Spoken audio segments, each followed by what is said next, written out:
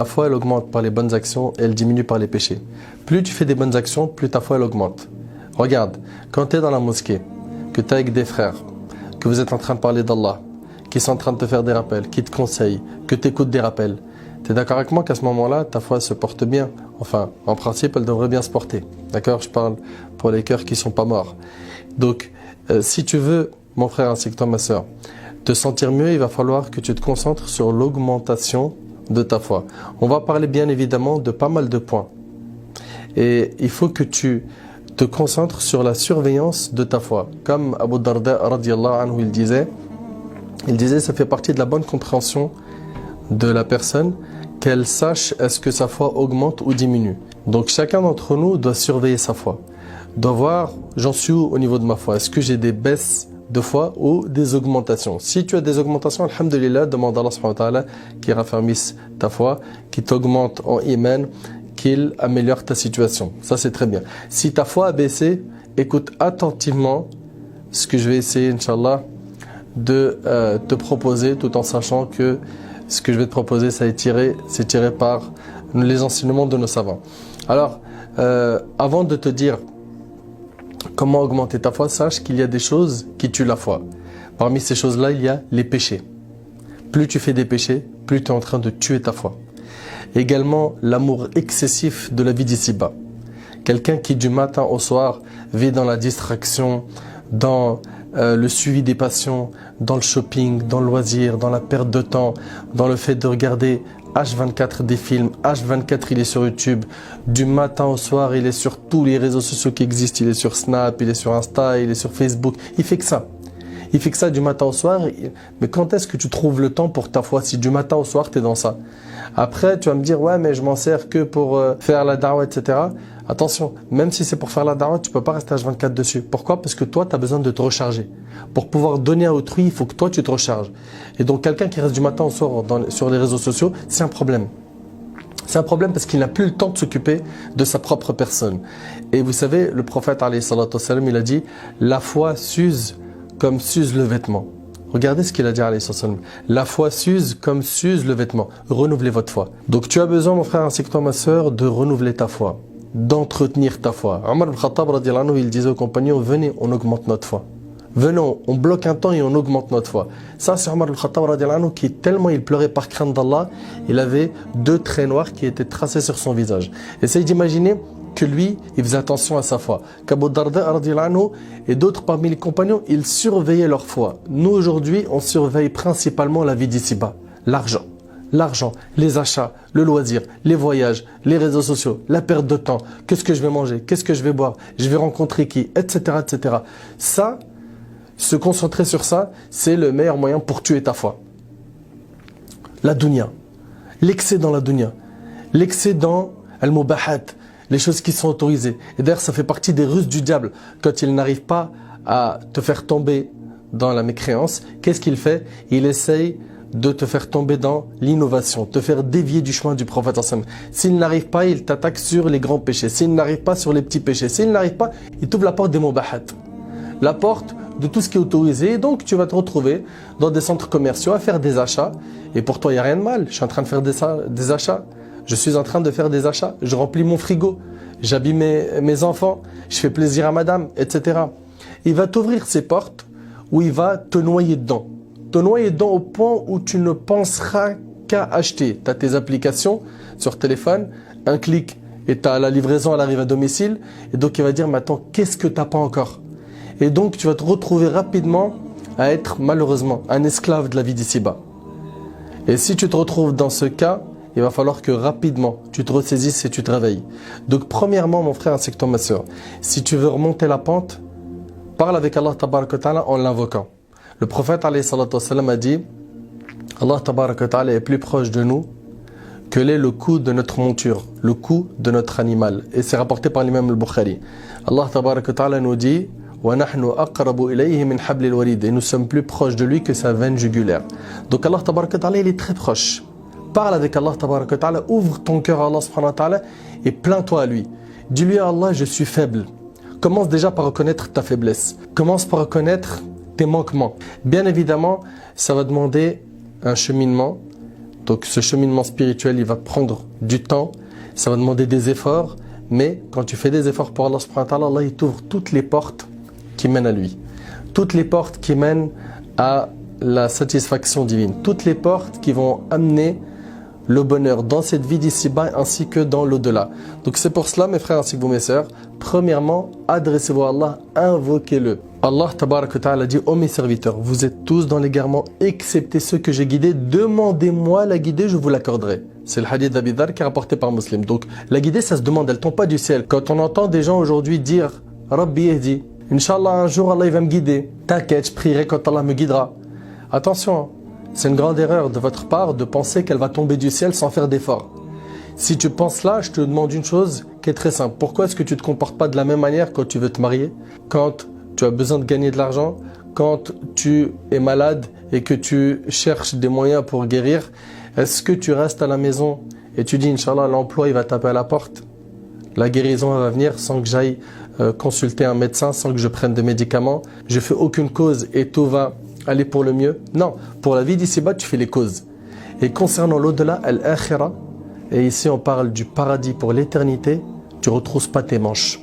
Tu es toujours là à essayer de tuer ton temps, à fréquenter des personnes insouciantes, des personnes qui te font oublier Allah, des personnes qui n'ont pas pour objectif la satisfaction d'Allah, des personnes qui vivent uniquement, comme je vous l'ai dit, pour être des esclaves de la vie d'ici-bas. Donc la première des choses, invoque Allah subhanahu wa ta'ala pour qu'il te guide. Également, deuxième point, lis le Coran et médite-le. Médite-le. Le prophète alayhi salatu wassalam, dans le hadith rapporté par Muslim, il a dit qu'Allah subhanahu wa ta'ala élève grâce à ce livre, grâce au Coran, des gens. Et par la cause du Coran, Allah il en rabaisse d'autres. Donc si tu veux qu'Allah t'élève, si tu veux devenir quelqu'un auprès d'Allah, approche-toi du Coran, lis-le, médite-le, essaye de le comprendre. Assieds-toi avec des personnes qui peuvent t'expliquer les versets du Coran. Écoute des tafasirs. Donc des tafasirs, c'est-à-dire des audios, des vidéos qui vont commenter, expliquer les versets du Coran. C'est très important. Médite la création d'Allah subhanahu wa ta'ala. Tout cela, ça fait augmenter la foi. Le fait de lire ce qu'Allah subhanahu wa ta'ala il a promis aux croyants. Le fait de voir les menaces qu'Allah subhanahu wa ta'ala a promis à ceux qui s'écartent de son chemin. Donc lis le Coran, médite-le. Essaye chaque jour d'avoir un rythme de lecture, de méditation. Ensuite, après avoir parlé de l'invocation, après avoir parlé de la lecture du Coran, apprends à connaître Allah. Comment peux-tu prétendre aimer Allah alors que tu ne le connais pas? Je ne suis pas en train de dire que tu ne l'aimes pas, mais ton amour, il est incomplet. Ton amour, il n'est pas complet. Et quand cet amour-là, il est complet, la personne se soumet à Allah subhanahu wa ta'ala. La personne sait que quand Allah subhanahu wa ta'ala il demande quelque chose, il faut obéir. Quand ça vient du prophète, il faut obéir. Pourquoi? Parce qu'Allah subhanahu wa ta'ala nous a ordonné de suivre le prophète alayhi salatu wassalam. Également, après avoir parlé de la connaissance d'Allah subhanahu wa ta'ala, il y a un point très important qui est le fait de connaître le prophète sallallahu alayhi wa sallam. Aujourd'hui, on a une perte de repère totale. Totale. Les jeunes aujourd'hui, tu lui dis tu veux ressembler à qui? Il veut ressembler à ceux qui regardent sur YouTube, sur Netflix, ceux qui regardent dans les réseaux sociaux, les stars, les chanteurs, les footballeurs. Voilà les personnes à qui il veut ressembler. Voilà les personnes à qui il veut ressembler. Ahbab al-Kiram, en apprenant à connaître le prophète alayhi salatu wassalam, tu vas connaître la personnalité du prophète alayhi salatu wassalam, connaître comment est-ce qu'il était, comment est-ce qu'il se comportait avec détail. Également, tu vas pouvoir enfin avoir un vrai modèle à suivre. Allah tabaraka wa ta'ala dit, vous avez en votre prophète un parfait exemple à suivre. Également, ça te permettra d'augmenter ton amour envers lui alayhi salatu wassalam. Et quand on aime le prophète sallallahu alayhi wa sallam, on veut à tout prix le suivre. On veut à tout prix l'imiter. On veut lui ressembler. On se chagrine pour ce qu'il a chagriné. On se réjouit de ce qu'il l'a réjoui. Sallallahu alayhi wa sallam. Donc, Ahbab al-Karam, on a dit invocation. L'invocation d'Allah, demande à Allah subhanahu wa ta'ala qu'il augmente ta foi, qu'il te guide.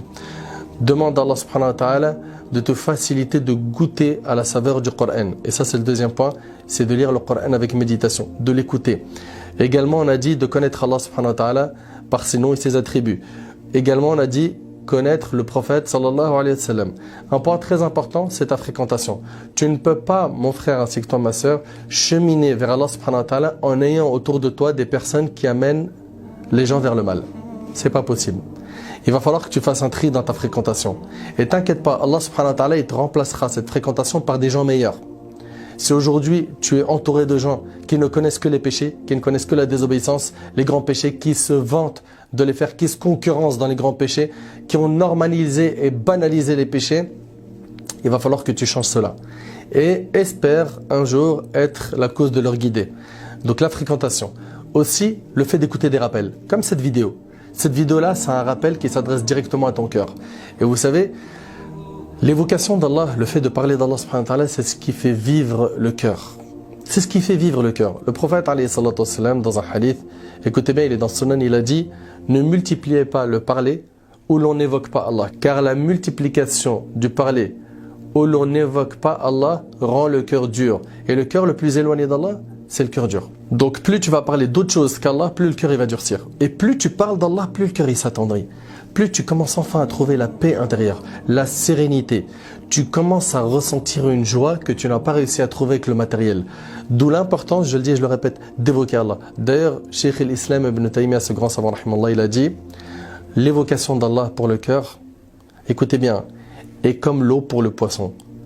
Que serait un poisson qui sort de l'eau? Il meurt. C'est pareil. Si une personne parmi nous n'entretient pas sa foi en évoquant Allah, en parlant d'Allah, il faut que tu apprennes à parler d'Allah subhanahu wa ta'ala avec les gens que tu aimes, avec les gens que tu fréquentes. Parle d'Allah. Généralement, on parle de ce qu'on aime le plus. Quelle est la chose que tu aimes le plus? Allah? Les voitures? L'argent? Les femmes? Ou pour toi, ma sœur, les hommes? Le shopping, la mode? Donc parle d'Allah subhanahu wa ta'ala et habitue-toi à cela.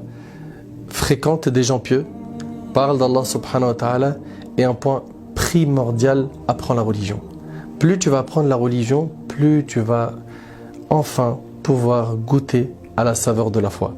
Mais moins tu apprends, plus tu es dans un bain d'ignorance, plus tu n'arrives pas à combler les vides qu'il y a dans ton cœur, alors que pour les combler finalement, il y a une solution très facile qui est l'apprentissage de la religion.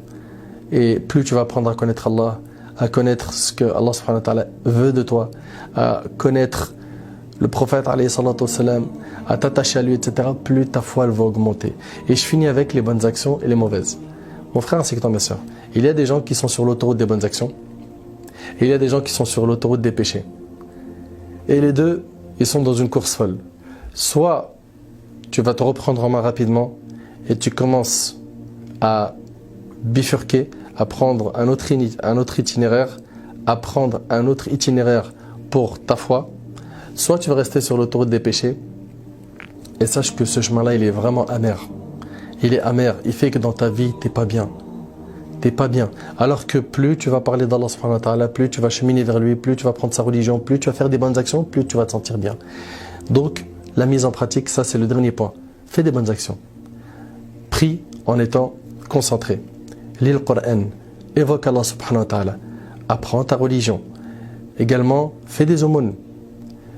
Invoque Allah subhanahu wa ta'ala tout le temps. Demande pardon à Allah subhanahu wa ta'ala. Apprends à jeûner des jeûnes surrogatoires, car les œuvres surrogatoires vont te faciliter d'obtenir, de gagner l'amour d'Allah subhanahu wa ta'ala.